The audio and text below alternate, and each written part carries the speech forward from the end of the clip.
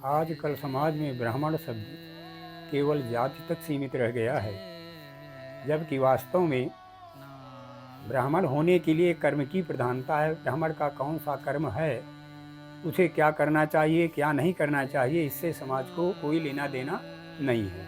वो केवल जाति पर अपने को सर्वोच्च, दूसरे को नीचा, अपने को ऊंचा मानते हैं। इस संदर्भ में मुझे राम भगवान, मर्यादा पुरुषोत्तम भगवान राम तथा परशुराम जी का संवाद याद आता है।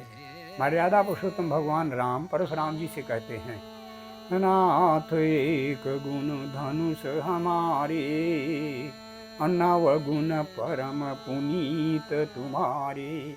हे नाथ, हे स्वामी, हमारे केवल एक ही गुण धनुष बाण है, लेकिन आपके पवित्र 9 गुण हैं। आप पवित्र 9 गुणों से अलंकृत हैं। वे 9 गुण कौन से हैं?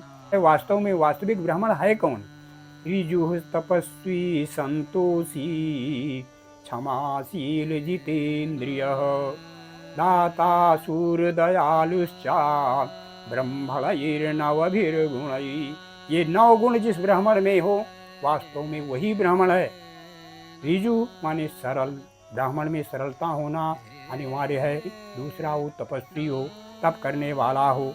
तीसरा, संतोष करने वाला हो, परम संतोषी हो, वही ब्राह्मण है। क्षमाशील हो, दूसरों को क्षमा करने वाला ही ब्राह्मण कहलाने का अधिकारी है। जितेंद्रिय हो, जिसकी इंद्रियां उसके बस में हो, जो इंद्रियों पर जिसका पूरा नियंत्रण हो, वास्तव में वही ब्राह्मण है। दाता, दाता माने दानी हो, दान लेता भी हो देता भी हो। दाता माने दान को देने वाला भी हो।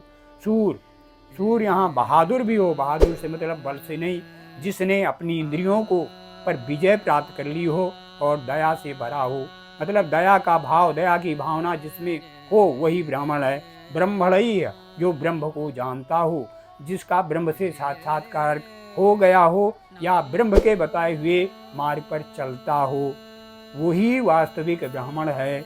जाति से कोई ब्राह्मण नहीं होता।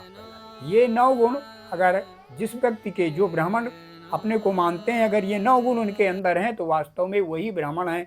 और अगर इनके अभाव में वो ब्राह्मण जाति से अपना कहलाते रहें, ब्राह्मण कहलाने के वास्तविक अधिकारी नहीं हैं।